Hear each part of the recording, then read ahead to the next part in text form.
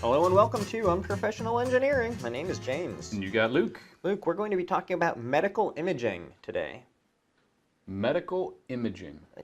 Whenever I say what we're going to be talking about, I act surprised. You act like I don't even know what that means, which you might not. No, I know exactly what it means, and that's okay. Yeah, so it turns out there's all sorts of medical imaging out there. Yes. We're focusing on what, like 4 things or 5 Yes. things, something like that? You're doing... I'm doing X-rays to start. Yes. Because that's pretty cool.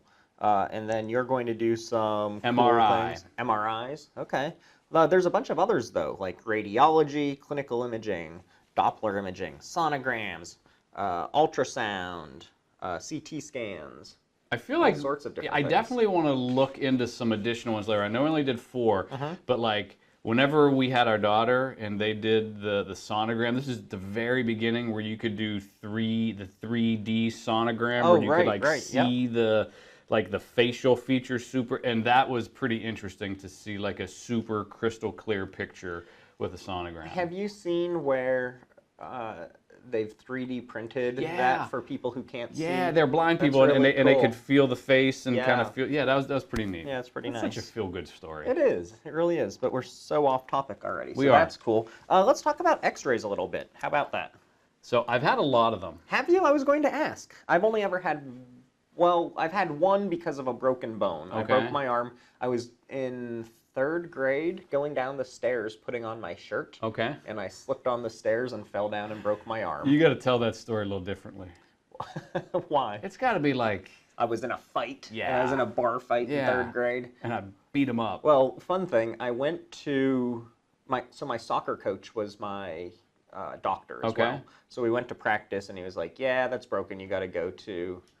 the hospital. So I get it wrapped up on Tuesday, and on Thursday I was back to practice playing with my cast wrapped in a towel, and I was just running around the field with my arm up. So they let me play in games that way. That. Yeah, that works. How about you? How many have you had? Other than like teeth and stuff like that. No, yeah, I don't count dental. That doesn't count. Because yeah, you get those like once a year. Right. But I would say I probably had at least a dozen, maybe 18 over the life, because I've had knee surgery and shoulder surgery, and I have a bad back, and I'm basically falling apart. This is what you have to look forward to. I did not bring up your age this time. Remember that. That's okay. It was you. Huh. Okay. So anyways, X-rays. They were figured out in 1895. 18, not 19? No, not 1995. Okay, just checking. But again, this is a pretty interesting story, and it's an accident, like so many things that have been discovered over the years. Isn't this the one where like, never mind. No, let me tell it. How about that? Yeah. Wilhelm Röntgen was experimenting with electron beams in a gas discharge tube, because who doesn't do that, Of course, right? I got those both in my basement. For sure. And he had a fluorescent screen in the same room behind what he was doing, and he could see that the screen was glowing when he was doing this stuff, even though there was dark cardboard blocking it. Okay. And no matter what he put in front of it, he kept seeing the fluorescence shining through. Not that that's really all that surprising, because that's what fluorescents do. Yeah. But he couldn't block it. And then, at last, he like put his hand in front of it, and he saw that, you know, you could see through the soft tissue, and the more dense stuff, like bones, you could then kind of get it blocked out. Interesting. So, yeah, that's how it showed up. And my guess is his hand fell off because he probably radiated his hand. He just kept it up there forever. Like, this is so cool. Is this? And the next thing you know... no, that's not true at all. Okay. But how do they work? This hurts my head a little bit. I'm gonna be All honest. of this hurt my head when we did the research. This is like almost a step too far. So back in the day, we tried to look into quantum computing, and that's the only topic that I've ever given up on. I was like, we will not do this You topic. almost gave up on this one? No. No. Well, I thought about it, Okay. but I was determined. So how do X-rays work? How do they work? Lay it down. It's all about photons being absorbed. So if that doesn't make your head hurt, Okay. you know? That and the shifting of electrons between orbitals. So this is down on like the atom level, right? Okay. So it does hurt my head, but basically this is as simple as I could make it sound, is that soft tissue like your skin and your muscles, things like that, are made up of smaller atoms, and those don't really absorb X-ray photons very well. Okay. And calcium atoms, so what your bones are made up of, they're larger, and so they absorb those X-ray photons. and that's how we see the bones, even though we're not really seeing them. That's interesting. Yeah. So I thought that was pretty cool. So you're seeing where it's not been absorbed. So it's almost like a negative, right. So that's what I was just going to get into. Actually, is how the X-ray machines work. Okay. But you're right. What the doctors end up using is basically a negative. Okay. Of what we're looking at. So you see the bones show up in white. Yeah. Because that's where they aren't going through. Gotcha. Because they've been absorbed by the the bone. Gotcha. Yep. Okay. So how does an X-ray machine work? And this is another one that hurts my brain a little bit. So there's a cathode and an anode in this structure. One on either side. One on either side in a glass vacuum tube. And you heat up the cathode with a current, so with like electricity or something, and that causes electrodes to shoot off of this thing towards a tungsten anode. Okay? Okay. You know tungsten? Yeah. You've heard of it. I think I have. Okay. It's inside of a light bulb, I believe. It is. It's similar to heating up an old school light bulb. Okay. Yeah.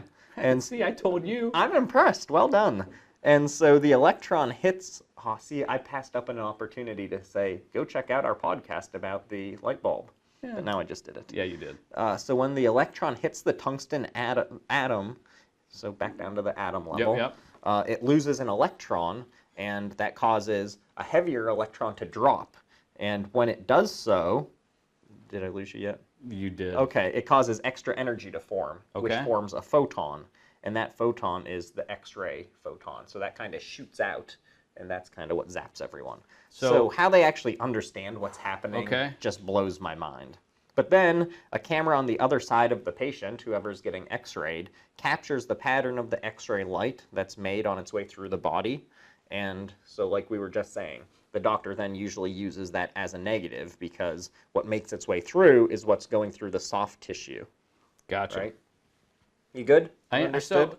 So for the record, I didn't do nearly as much research on how MRIs work as you just did on X-rays, just for the record. Well, that's fine. I just have a little bit more about X-rays, and then I'll let you go. How about that? Okay, perfect. So we're taking turns today, people, because we're showing people how to share. Yeah. Share the spotlight. I think that's one way. I think we both wanted to do less research. You weren't supposed to say it. I wasn't supposed to say it, but I did. Gosh. And I love when my computer dings. You're going to yell at me for that one. Yeah, thanks a lot. Sorry. Anyways, it's all well and good for bones because they're dense. But what about stuff like organs?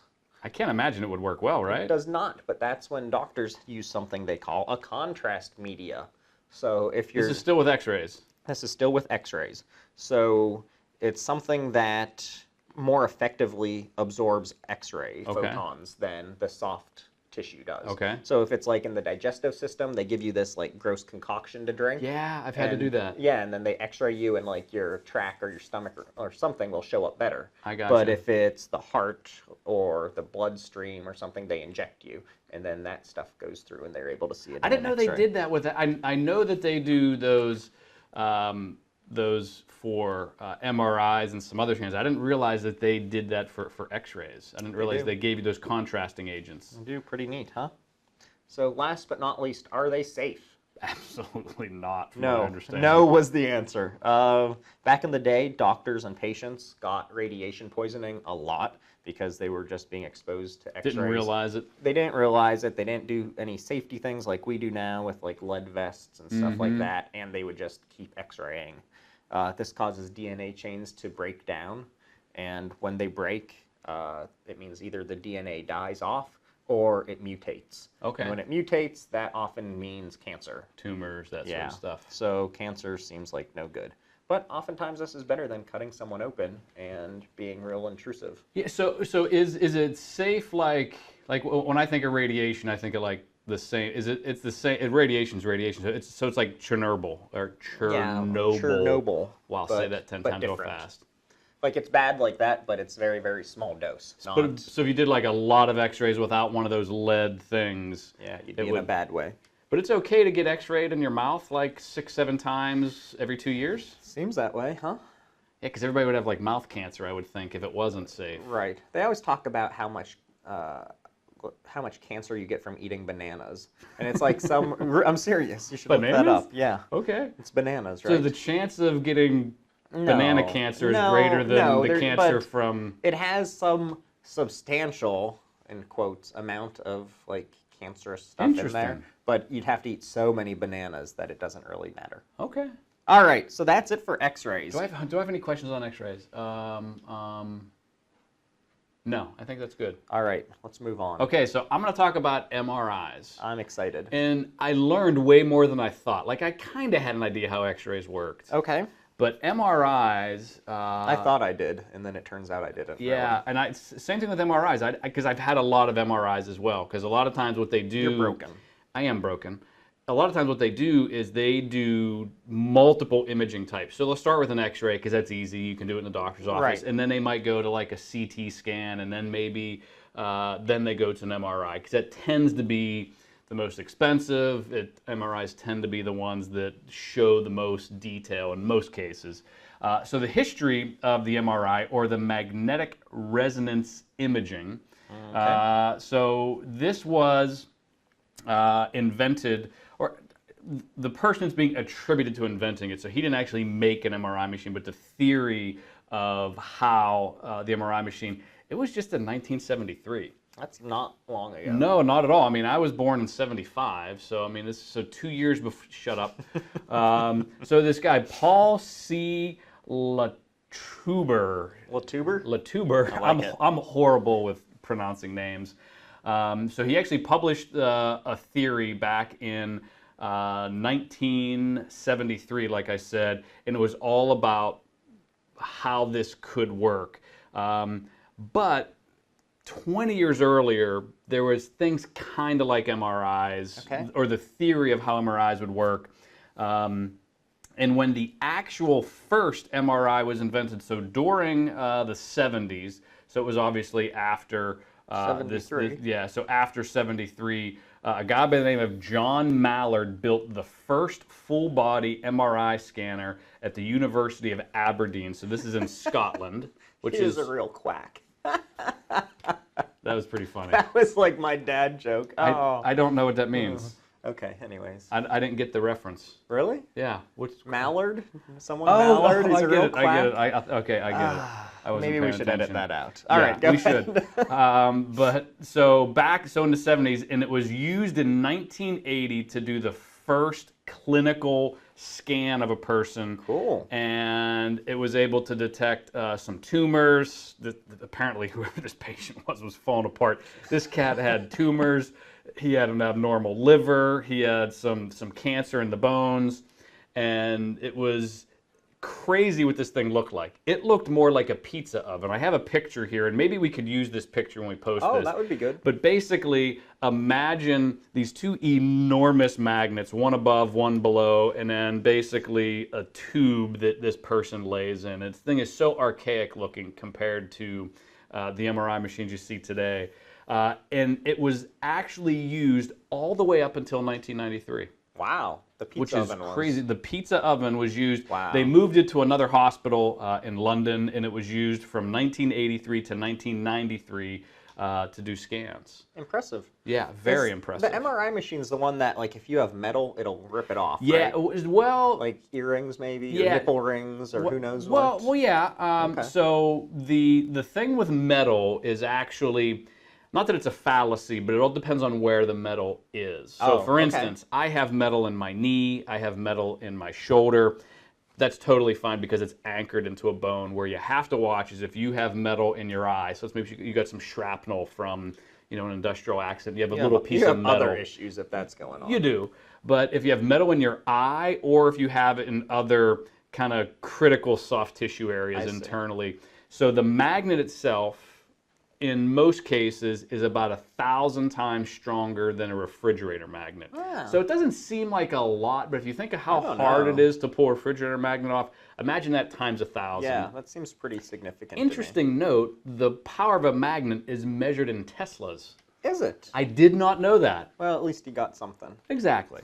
So it's not much, but he got something. Yeah. So they're measured in Teslas, and again, the average is about 1,000 times stronger than a refrigerator magnet. The stronger the field, the crisper the image, and the more detail you can get. So if it was 2,000 times stronger, it would be better image. But it just would tear you also apart. potentially, if you had metal in your body, it would potentially pull things apart. So That's interesting. So how an MRI works, and this was amazing to me. This is some of that science you just dropped. So I actually do have a little bit more on this. So basically, the human body is mostly water, if you didn't know that. Turns out, yours may be beer, but in most cases, the human body is mostly water. So water is H2O, so there are 2 hydrogen molecules for every one. And the interesting thing about these hydrogen... That's the science you're laying down on us? So the interesting thing about these hydrogen models is they're normally in totally random orientations inside of your cells. So when you would look at them, they're pointing in all different directions and they're spinning about their axis because it's basically a magnet. That hydrogen atom is basically a magnet, and there's a north pole and a south pole, and it spins. So what they do is they actually take a magnetic field and they can make every hydrogen molecule in your body point in a certain direction. That's cool. Crazy. So what they do is they get all these random molecules to all point the same direction. Doesn't give you a lot of info yet because it's just, okay, I can see where your body is because everything's there. Then what they do, and this is the part I didn't know, they take radio frequencies and then they smash those radio frequencies into your body. And then what happens is momentarily those radio frequencies, depending on the frequency, they orient differently depending on the frequency and depending on your tissue response, because different tissues align at different frequencies. That's how they would see a tumor or something. Exactly. So your muscles react differently. How does someone come up with this? These people are like crazy smart. So like your liver, like if you just want to see the liver, those hydrogen atoms orient at a slightly slower or faster rate. So all your different basically atoms in your body, depending on the organs or the tumors or whatever it is, are slightly different, and they can measure that. And I get stumbling into X-rays. I do too. But I mean, this is like he knew what he was looking for. Exactly. It's absolutely insane. Wow. The stuff that goes into this. So, but I didn't know about the radio frequencies. I didn't realize. I just assumed it was a magnet, and because that's why they ask about the metal. I never realized that there was radio frequencies. But what you're hearing whenever you're in an MRI. Have you ever had an MRI? I have not. Okay, so MRIs, there's 2 types of MRIs. There is what's called a high field MRI. These are the closed tubes that you're in. So super small, super strong magnets, and these ones typically have a stronger field. They produce higher resolution images. But the challenge, but what happens with these, I was getting to the noise, MRIs have an amazing sound. So it's bang, bang, bang, bang, bang. And what that is that's the magnets turning on and off. Because what they do is they take the magnets, turn them on and off, they take the radio frequencies, and that's how they produce these images. Wow. The last type of MRI we'll talk about is an open MRI. These are the ones that if you're claustrophobic, you kind of sit in them. They're not as bad. They are lower strength. They produce lower resolution. And depending on the doctor, like whenever I had my shoulder surgery, my doctor said you have to do a high field. I need high resolution of your shoulder. You can't do an open MRI. So I had to sit in one of those tubes for a while. But crazy, like you said, to come across that. So these can do head, chest, blood vessels, abdomen, pelvis, joints, spine. I mean, there are so many different parts of the body. And this is usually used in conjunction with other types of scans. Okay. So that is a little bit of the science. And MRI in a nutshell. Yeah, it was. I definitely learned something. Man, my head hurts. Let's take a break. Yes. For a word from our sponsor. Do we have a sponsor this week? We do not. I reached out to UPMC, but they did not get back to me. Let's take this chance, though, to say if you have learned something that you think is interesting, if you'd like us to look into something to do an episode on, if you subscribe and you just want to show off that you're a follower, if you like Luke's new haircut, any of these things, just email us at unprofessionalengineering@gmail.com. and we will hook you up with some amazing stickers. Also, if you happen to be going to Autodesk University this year, We will be at Autodesk University. We're going to be doing podcasts multiple times a day. Make sure you come out, check us out. We'll have stickers. We'll have all kinds of cool stuff. Hopefully, we can get a chance to meet some of our listeners, because I'm sure basically everybody at AU is a listener. I would imagine. If not, they will be. Yeah, they have to be. So if you're at AU, make sure you come out and check us out, and we'll get you some stickers. And you don't even have to subscribe. We'll just give you stickers anyways. We're that kind of person. I feel like you should go to AU just to get the stickers without having to listen to our podcast. I mean, first off, it's a trip to Vegas. Yes. So that's pretty good. Then you get to see us. That's even better. Way better. Yeah.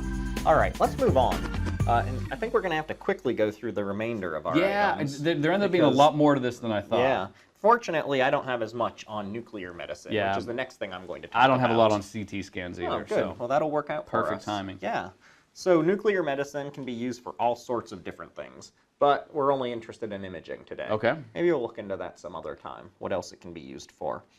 So this technique combines computers and detectors, radioactive substances, and there's all sorts of different techniques depending on what you're looking to look at. Okay. So there's position emission tomography, PET, that's easier, or SPECT, the single photon emission computer tomography, or cardiovascular imaging and bone scanning. So this is great, right? Okay. So it's all good for detecting tumors or aneurysms. So aneurysms are just like a weakness in like a blood vessel, and then they're horrible. Yeah. Irregular blood flow. So maybe if like a vessel's clogged up, something like that, need to get it all cleaned out. Blood cell disorders, I thought that was interesting, and inadequate functioning organs. So interesting. Maybe if something's only half functioning. So what makes it nuclear medicine? That is all about the radioactive substance that is being injected or put into you somehow. That sounds really dangerous. It doesn't seem like a great idea, does it? Yeah. And it's interesting because depending on if you're doing SPECT or if you're doing like a bone scan or a PET scan, they use different types of radioactive substances. Like SPECT, the single photon emission, uses iodine 123 or things like that. So it depends on which radioactive substance you're using. But I mean, there's so much to go into here. Like the PET scan, the patient is injected with the radioactive substance on the table, and then they move through like a donut-shaped housing. And this housing has a gamma ray detector, which I don't know how you detect gamma rays. That sounds like something from like a Marvel comic movie. Yeah, exactly. A gamma ray detector. Yeah, and so it basically sees where this stuff is through your body and can then determine what might be wrong. So as the table moves through, they keep repeating this process through the donut, and you get like a slice of images over the body in the different regions, like so your brain or your liver or whatever organs you might be interested in. Okay. And then they assemble it into a 3D representation of your body, which is also crazy to me. And then it tells you how your blood's flowing. So it gives you an imagery of the blood flow or other chemical functions. Interesting. So like how long could this have been going on? I didn't actually get the dates, but if you're doing like this 3D imaging and piecing these things together, they can't have been doing this for very long. So just how well refined are these processes is what I'm wondering. Yeah, the other thing too is you got to wonder, is this something where can you do a lot of this? Like the X-rays.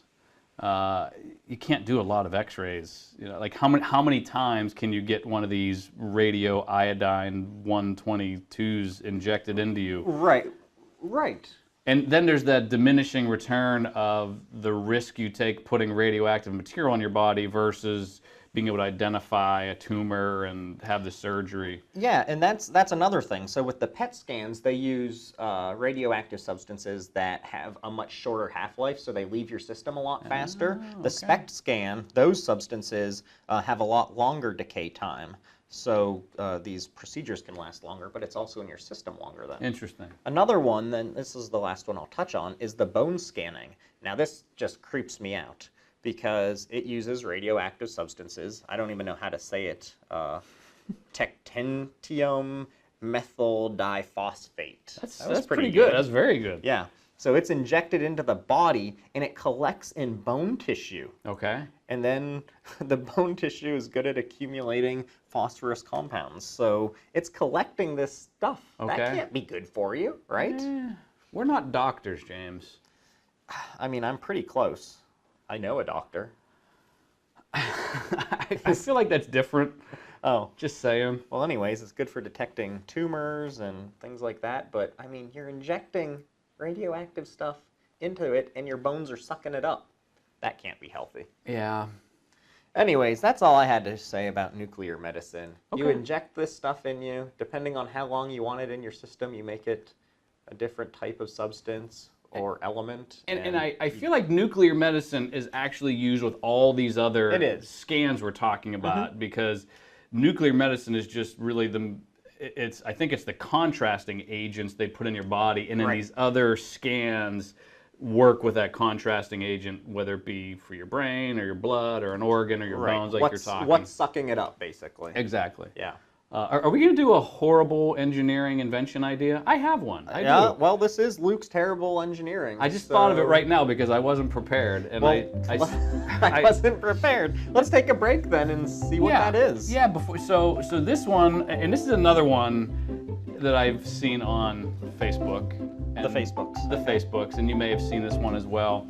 So these are the quadcopter bikes that like a person. Oh, like they're on. They're like the land cruisers in Star Wars, but crappy. So imagine you're on a motorcycle. I'm imagining it. And if you looked at that person from the top, you know, in four corners around that person, you have blades that are about 2 inches in diameter, that are about 2 feet in diameter. So there's 4 of them, and these things are spinning at some crazy RPM, and they basically lift this motorcycle body off the ground. You can fly around, and the idea is it's the whole flying car thing, or flying vehicle, flying bike.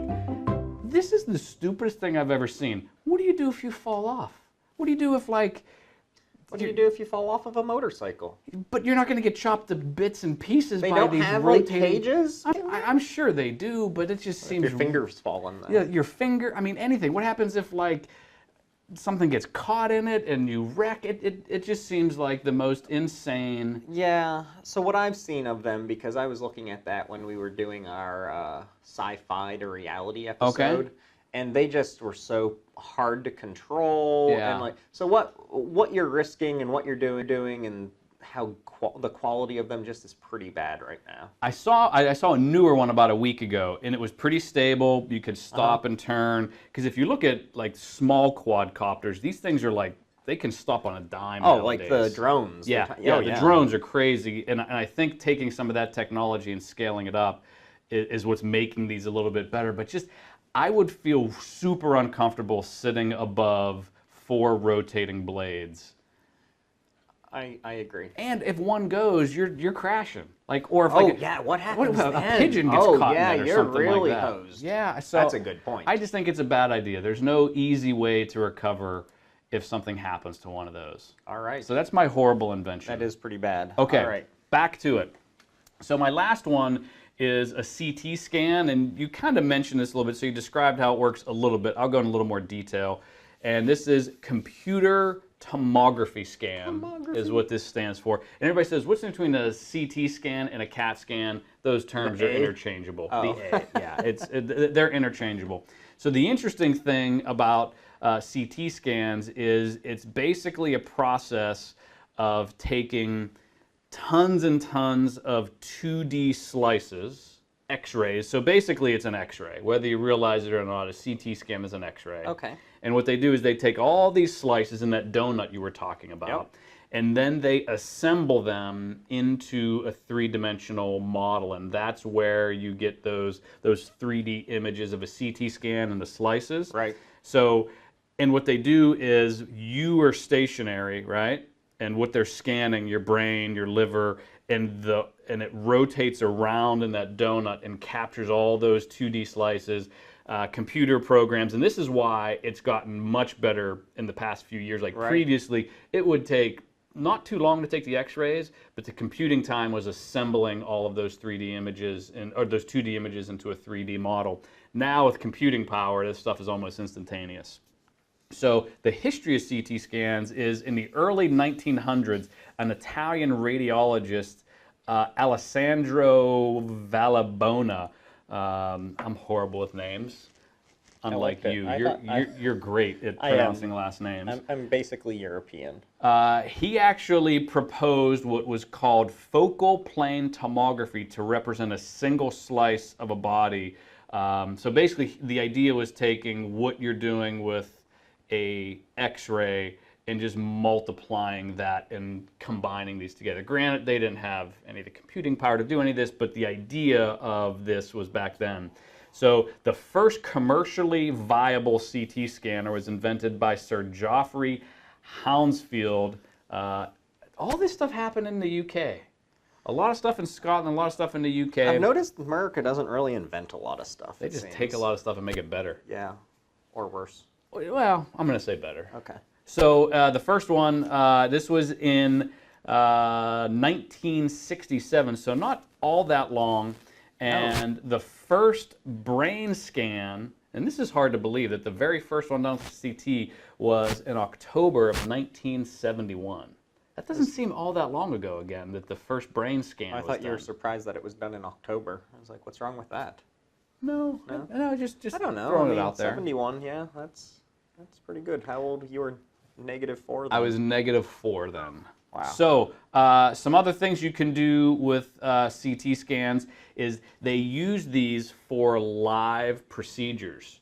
So if they need to put, so my mother had hip surgery and they had to put a huge needle into her hip. Well, you can't see it all that well, so they do a live CT scan. Wow. And they can see the needle moving live during the CT scan to get into that hip socket or that joint. Yeah. So that's really good because you get that immediate feedback with a CT scan. And obviously has the same issues with X-rays because of the radiation. You can't do tons of CT scans. And yeah, really interesting stuff. But the whole thing is I didn't realize they all basically do the same thing. So X-rays, MRIs, CTs, the end result is some kind of image. I always thought they were used for drastically different things. They're not. Yeah, and it seems like they kind of work together depending on your needs. Yeah. Right? So if you need super high resolution, MRIs are really good at that. If you're looking at bones, you don't need an MRI. Right. If you're doing stuff with your brain, X-ray, quick and dirty. Yeah, exactly. Yeah. So man, I feel like we might have actually taught someone something today. That whole thing with the MRIs and the radio waves and aligning all the hydrogen molecules in your body is crazy. Do you know that H2O has 2 hydrogen? Yeah, I said that. You did.